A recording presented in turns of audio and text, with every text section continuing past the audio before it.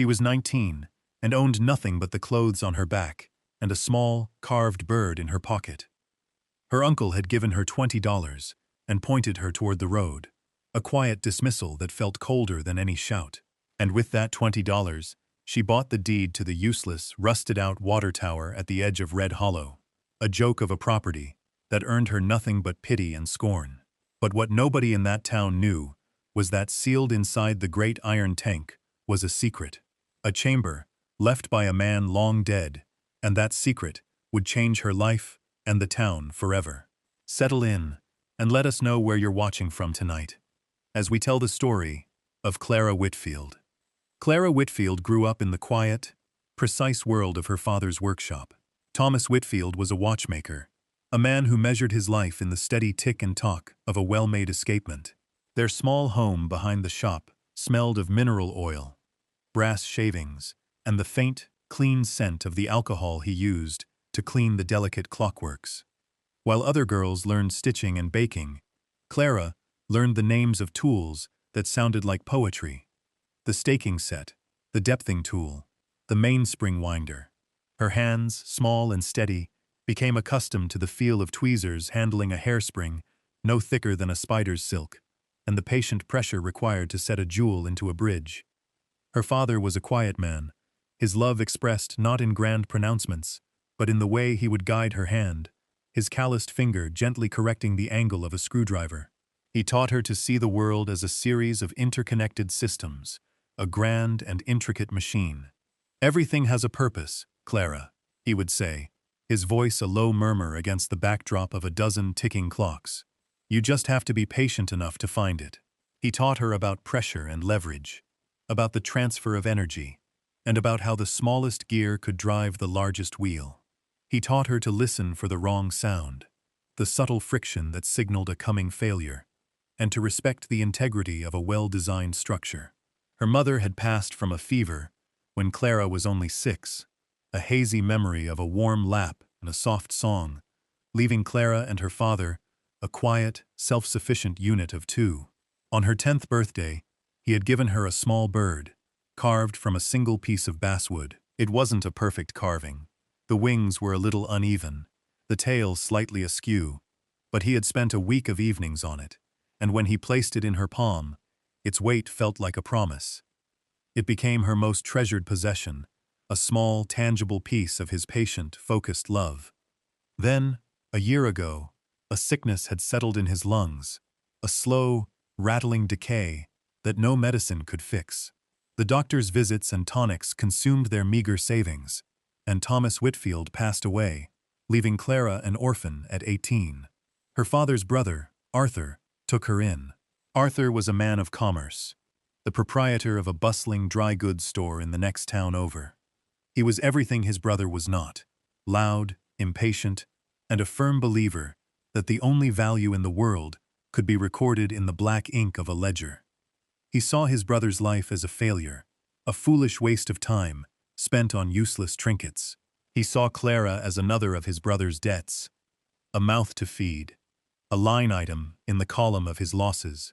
She lived in a small attic room above the store and tried to make herself useful, quietly fixing a faulty scale with a bit of wire, adjusting the hinge on a heavy cellar door so it no longer scraped the floor, but Arthur never acknowledged her skill. He saw only her presence, a silent, constant reminder of the brother he had never understood and the financial burden she represented. The end of her life in her uncle's house came not with a fight, but with the quiet finality of a business transaction. It was a Tuesday afternoon, the air in Arthur's small office thick with the scent of stale paper and cigar smoke. He sat behind his heavy oak desk, his gaze fixed on the open ledger before him, not on the young woman standing opposite. "Clara," he began, his voice flat and devoid of warmth, "you are 19 years of age. A woman grown I have seen to my duty as your guardian, and now it is time for you to have a life of your own." He dipped his pen in the inkwell and made a neat, precise notation in a column of figures before continuing. "I have made an arrangement for you, a good one. Mr. Abernathy has made an offer of marriage." Clara's stomach tightened. Mr. Abernathy was a merchant from 2 towns over, A man twice her age with a wet mouth, 3 unruly children from his first wife, and a way of looking at her that made her skin crawl. He appraised her the same way he appraised a bolt of cloth or a sack of flour, his eyes calculating her value.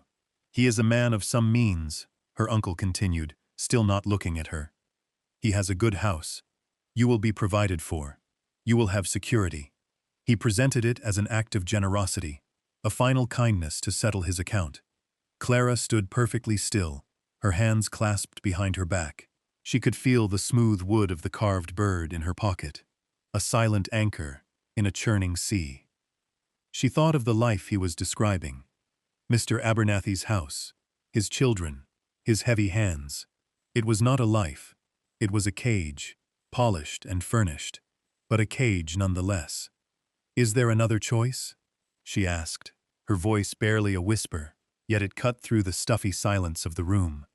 For the first time, Arthur looked up, his eyes cold and direct. "The other choice," he said, leaning back in his chair, "is that you make your own way in the world. Your time here is at an end regardless. I have done my part." He opened a drawer in his desk and pulled out a small stack of bills, laying them on the polished wood. "This is $20, a severance you might call it, for your work here." He pushed the money toward her, a clear and final gesture of dismissal. He was not just sending her away. He was purchasing his freedom from the obligation of her existence. Clara looked at the money, then at the hard set of her uncle's face. She saw no room for appeal, no flicker of doubt or familial affection. This was a ledger being balanced, a debt being paid. There would be no tears, no pleading. Her father had taught her to recognize a mechanism that could not be repaired, and her uncle's heart was just such a thing. With a quiet dignity that seemed to surprise him, she reached out and took the money. "I understand," she said.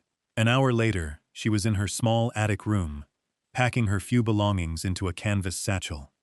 A change of clothes, a photograph of her father smiling in his workshop, and the small wooden bird.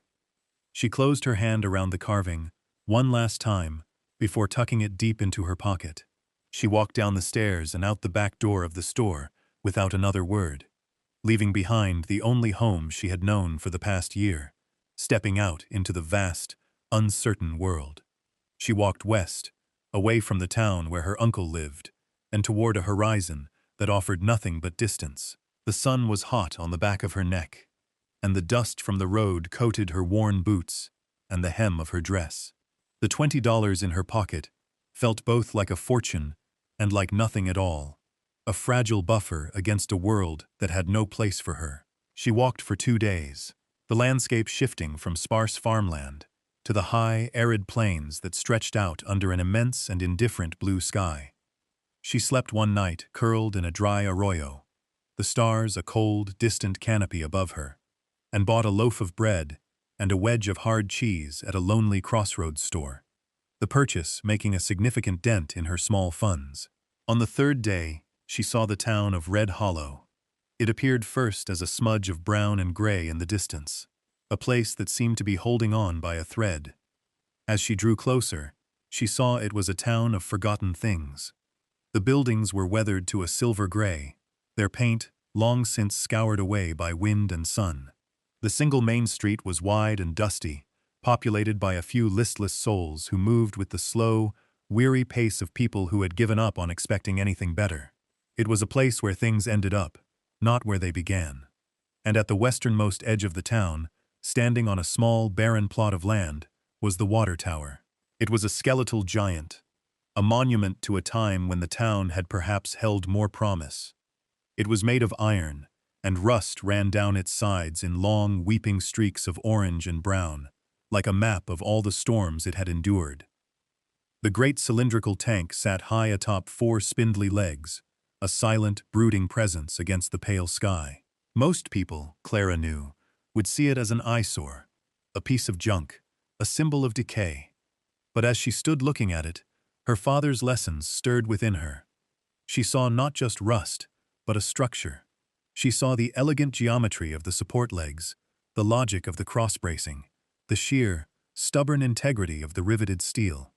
It was neglected, but it was not broken. She walked into the town proper, to a small, clapboard building with a faded sign that read Town Hall and Recorder's Office. Inside, a stooped, elderly clerk, with spectacles perched on the end of his nose, looked up from a large, dusty book. "Help you?" he asked, his voice thin and reedy. "I was wondering about the old water tower," Clara said. The clerk, whose nameplate identified him as Mr. Hemlock, gave a dry chuckle. "The town's folly? Been empty for 30 years, miss. Ever since they drilled the new well east of town. Useless thing on a useless plot of land. Too rocky for a garden, too far out for a business." "Is it for sale?" Clara asked. Mr. Hemlock took off his spectacles and polished them with a corner of his vest, his surprise evident. "For sale? Well, I suppose it is. The town took it for back taxes a decade ago, been on the books ever since." He shuffled through a stack of papers, his fingers stirring up small clouds of dust. "Says here the outstanding lien is $20. He looked at her over the rims of his glasses, a twinkle of amusement in his eyes. He thought it was a fine joke. "You give the town $20, and the deed is yours. You'd be doing us a favor, getting it off the rolls." Clara laid her entire fortune on the worn wooden counter. The 4 $5 bills looked small and tired. Mr. Hemlock's smile faded slightly as he realized she was serious. He slowly took the money, wrote out a receipt, and then stamped and signed a brittle, yellow deed with a flourish. Clara folded the document and placed it in her satchel. When she walked out of the office, she was no longer a homeless wanderer. She was a property owner. The few townspeople who had witnessed the transaction from the street corner whispered to each other and smiled, shaking their heads at the foolishness of the strange young woman. Clara paid them no mind. She walked toward her property, her tower, feeling the solid ground beneath her feet in a way she never had before. Clara approached her new domain not as a ruin, but as a complex piece of machinery waiting for a careful hand. She spent the rest of that first day in a slow, methodical inspection, her senses alive to the details others had long since ignored. The 4 great legs were made of latticed steel beams, anchored in massive concrete footings. She ran her hands over the concrete. It was cracked and weathered, but a few solid taps with a heavy rock told her the core was sound. The foundations were good. The rust that covered the steel was a beautiful, terrible tapestry of reds and oranges, but she knew the difference between surface corrosion and deep, structural decay. She found a spot on a lower beam where the rust had flaked away and saw the dark, healthy gray of the iron beneath. The tower had been built to last. She walked the perimeter, her gaze tracing the lines of the structure up to the sky. The ladder that ran up one of the legs was made of heavy iron rungs set into the steel. She tested the lowest one, putting her full weight on it. It groaned but held firm. She would have to check each one on her way up, but the path was there. At the base of the tower, nestled between 2 of the legs, was a small, dilapidated pump house. Its wooden door hung from a single rusted hinge, and the corrugated iron roof was peeling up at one corner. Inside, the pump itself was long gone, probably sold for scrap, leaving behind only dark stains on the concrete floor and the ghosts of mounting bolts. The space was small, no more than 10 feet square, but it had 4 walls and most of a roof. It would be her first shelter. She found a stout, discarded branch and used it as a broom, sweeping out decades of accumulated dirt, leaves, and animal nests. The work was hard and dirty, but with every stroke, she was claiming the space as her own. As the sun began to dip below the horizon, casting the tower in a long, dramatic shadow across the dry earth, Clara sat on one of the concrete footings, her back against the cool steel. From this vantage point, she could see the entire structure as a single entity. She saw the main inlet pipe, a huge cast-iron tube rising from the ground, its end capped with a heavy bolted flange. She saw the equally large outlet pipe, designed to feed a town that no longer needed it. She saw the elegant, simple engineering of it all, a design meant to do one job perfectly: hold water against the pull of the earth. The townspeople of Red Hollow saw a useless relic, a monument to failure. Clara Whitfield saw a challenge. She saw a system waiting to be understood, and, perhaps, to be brought back to life. She felt a profound sense of peace settle over her, a feeling of rightness that she hadn't known since her father's death. She had a place. It was made of rust and iron and forgotten purpose, but it was hers. She had a foothold, anchored deep in the rocky soil of Red Hollow. The next morning, under a pale and cloudless sky, Clara began her ascent. The iron rungs of the ladder were cold and rough beneath her palms. She tested each one before trusting it with her weight, her movements careful and deliberate, just as her father had taught her. The higher she climbed, the more the world of Red Hollow shrank below, the dusty street and weathered rooftops becoming a miniature map. A steady wind whistled through the steel lattice, a high, lonely sound. She was 50 feet up when she finally pulled herself onto the narrow catwalk that encircled the base of the giant tank. From here, the world felt vast and open. She walked the circumference, her hand trailing along the cold, curved wall of riveted steel, feeling the immense, solid presence of the thing. On the conical roof above, she found the main access hatch, a heavy iron disc held down by a ring of thick bolts. They were rusted solid, frozen by 30 years of sun and rain. This was the first true test of her skill and her patience. She climbed down, retrieved a small, adjustable wrench she had found in the pump house, and with the last of her coins, bought a small tin of penetrating oil from the town's general store. The work was slow and arduous. For hours, she sat perched on the roof of the world, applying oil, waiting, and then putting all her strength into turning the wrench. One by one, with a groan of protesting metal, the nuts began to yield. Finally, the last one came free. With a deep breath, she heaved the heavy hatch open. The air that rose from within was cool and ancient, smelling of dry rust and absolute darkness. She lowered herself carefully into the cavernous space. The interior of the tank was a vast, echoing bowl of steel. A single column of light from the open hatch pierced the gloom, illuminating a thick blanket of reddish-brown dust that coated the concave floor. As her eyes adjusted, she began to make out the curve of the walls and the intricate pattern of rivets. It was then that she saw it.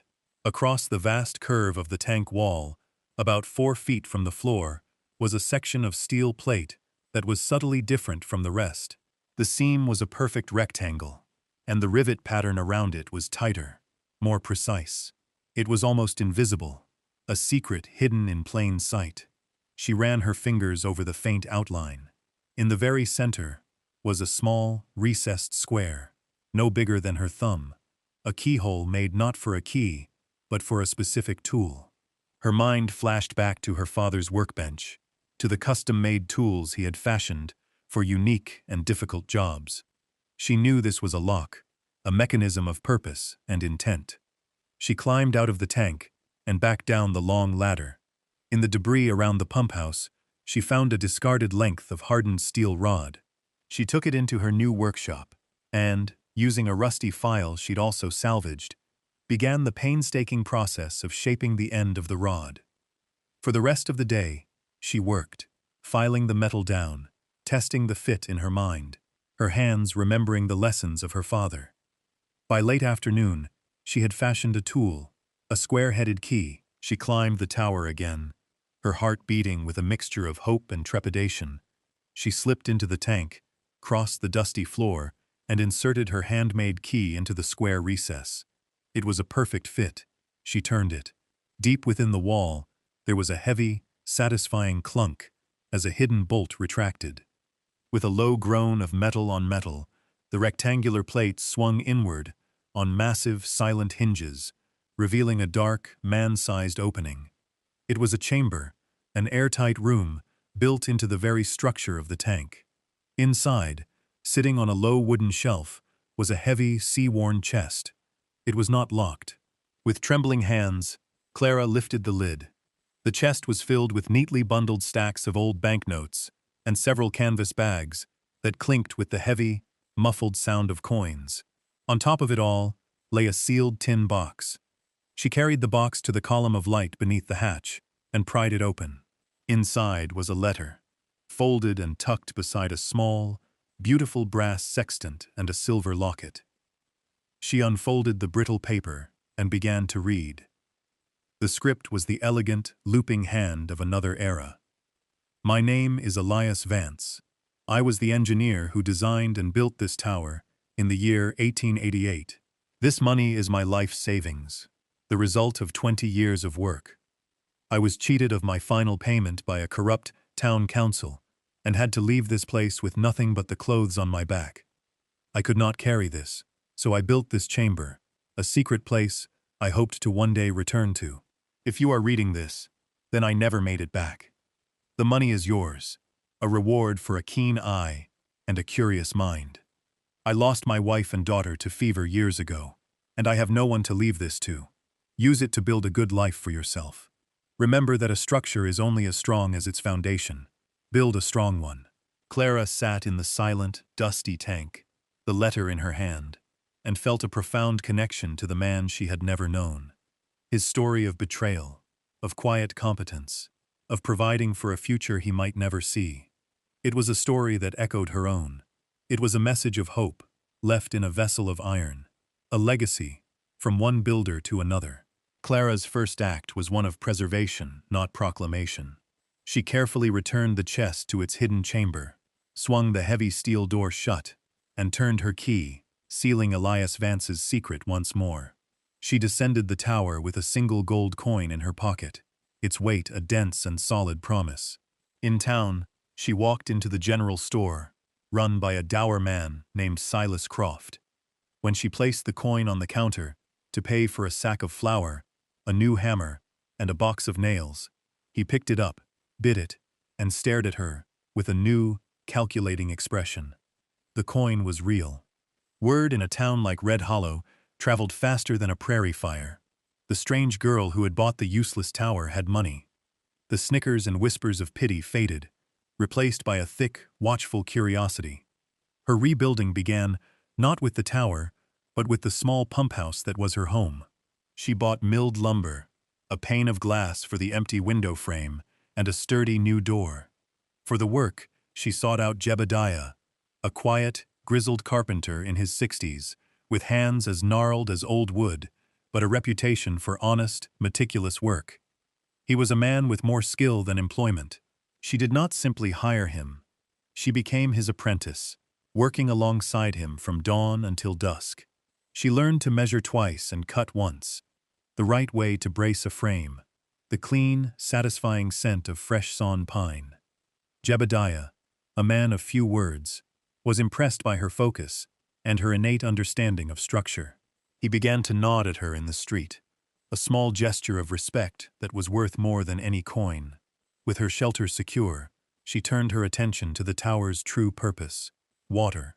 The town's old well was long dry, but on her explorations of the land, she had discovered a small, reliable spring that trickled from the rocky hillside behind her property.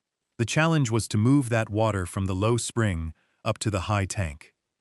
Her father had once shown her diagrams of a hydraulic ram pump, a brilliant, simple engine that used the force of falling water to pump a fraction of that water to a much greater height. It required no fuel, only a steady flow and a precise build.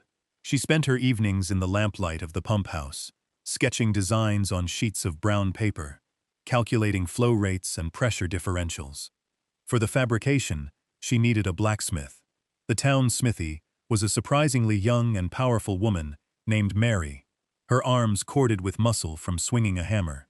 Mary was intrigued by Clara's detailed drawings, her sharp mind immediately grasping the mechanics of the device.